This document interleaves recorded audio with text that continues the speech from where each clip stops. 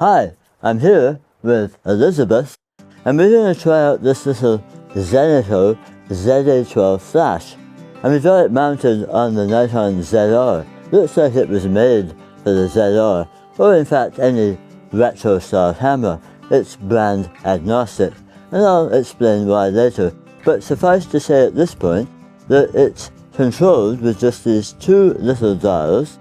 This one here for your aperture, and this here for ISO or power. As I said, I'll tell you more about it later. At this point, let's just see what we can do with it. Are you ready? Yes. Alright, let's do it. I'm just going to use the power right now. I'm going to go 1/64th. And we're shooting at f2, wide open.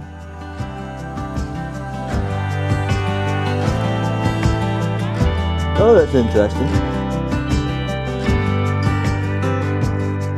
We have to make sure that we're shooting at or below the flash sync speed. With this camera, it's 1/200th. So I'm shooting now at 1/40th. Let's try 1/25th. Alright? Look like you're not freezing.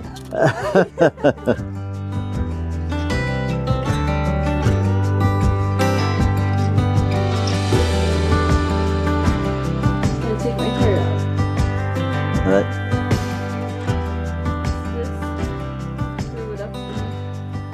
So I'm really preferring using this power control here, just to control how much the flash is outputting.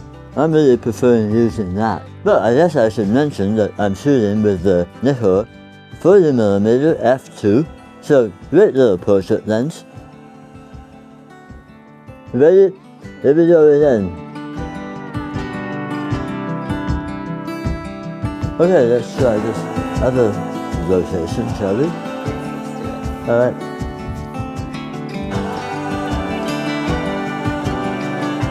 Let's see if this flash... Now, it's way over there, so that's not too bad. I can crop that out. And yeah, no, it's working not too badly. I was expecting to be, and if I was, depending on where I was, the flash would reflect in the window. Here we go, that's a nice background.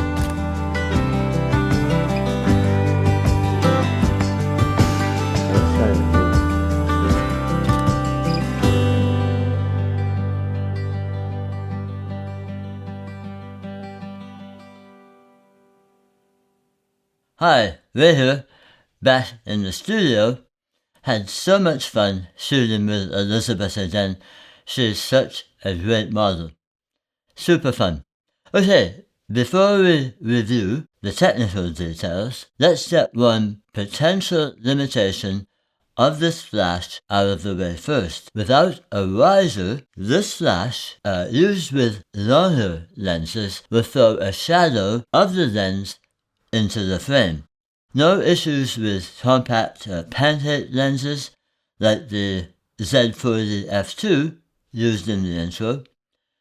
Luckily, Zeniko has a solution to this problem, two actually, the FM01 foldable riser. They also have a TTL compliant unit, FMA, which would be suitable for their ZT08 TTL flash. As I said in the intro, this non-TTL Zeniko ZA12 is brand agnostic. Why doesn't it discriminate? Because this speedlight also has no real hot contact with the hot tube, just this middle thing here. So no TTL through the lens. And so this particular Zeniko model, though we don't have TTL, I still find this little flash really intuitive. I'll demonstrate the controls more in a moment, but an explanation of how it works is in order.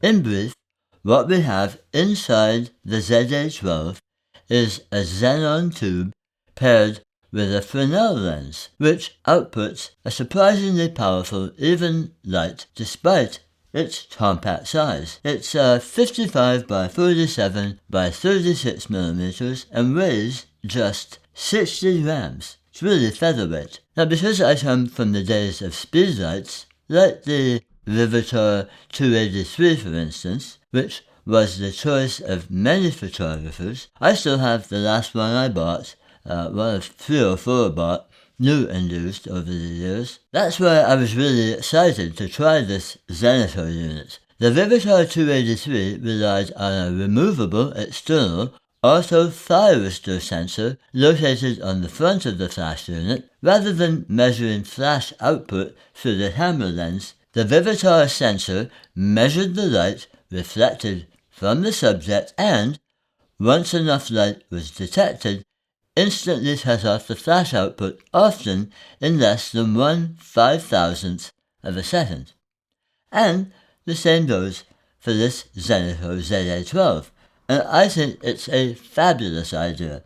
It's time-tested, you might say. The ZA12 has 2 setting methods: built-in set it and forget it smart auto mode, entered by syncing the ISO with the right dial, or with 7 levels of power adjustment. So, as I said on location, automatic is not the setting that I prefer. It works, but for my taste, it's too in your face, or at least your subjects.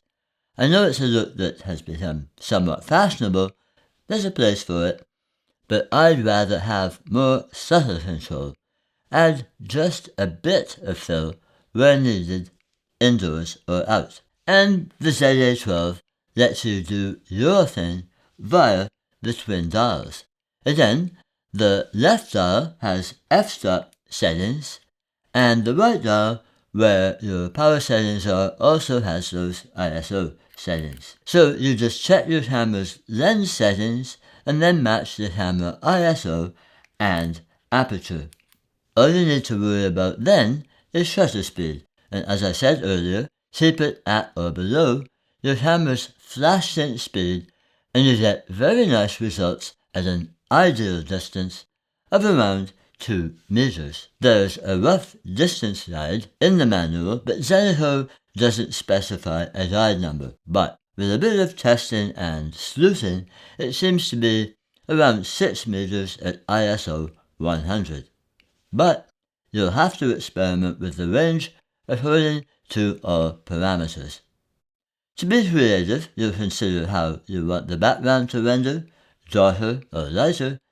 Adjust your exposure triangle accordingly. You can mostly get by without an ND filter, though if you want to keep your aperture wide open on a bright day, now that wasn't a problem on the day in the intro, but be prepared. I mentioned, and I will show here with B-roll, the Vivitar 283. I used that on location and even on a 2-month bike trip. I actually bought a used one in the Yukon a couple of weeks into the trip, but I also had a small unit, maybe just a bit bigger than this Zeniko flash. I can't remember the brand, it might have been Vivitar. I eventually knocked it off the mount on a rock outcrop. It was much the same, with a similar reach for perfect results, so I'll drop an example here. A bit too much fill at this distance, if we want to get technical. Still, better than what would have been an underexposed subject shot on Kodachrome 64 professional film, which had about 6 stops of dynamic range.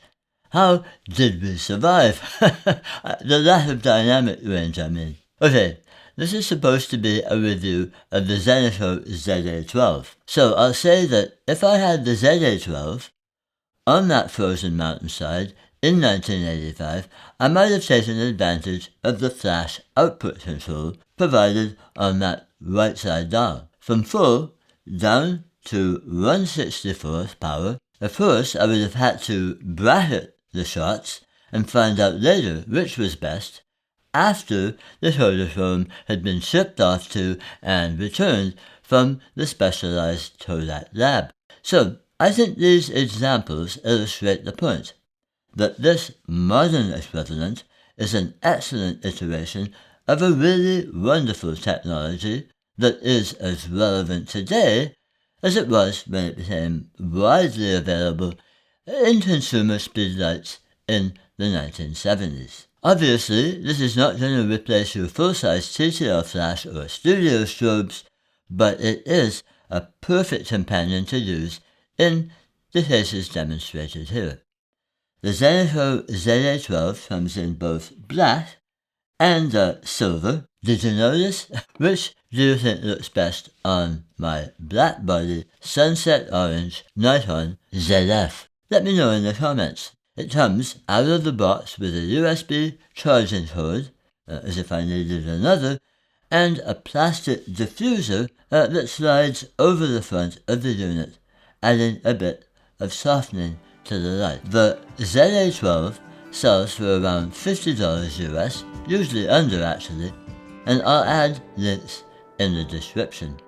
Zeniko sent me these flashes to review and to keep, but otherwise this isn't a sponsored video, despite the pop-up that you see required by YouTube. So, I hope you found this video useful. If you did, please give it a thumbs up, and if you just discovered my channel, please do consider subscribing. Hit that notification bell so you don't miss more content. In the meantime, take care, cheers, we'll see you later.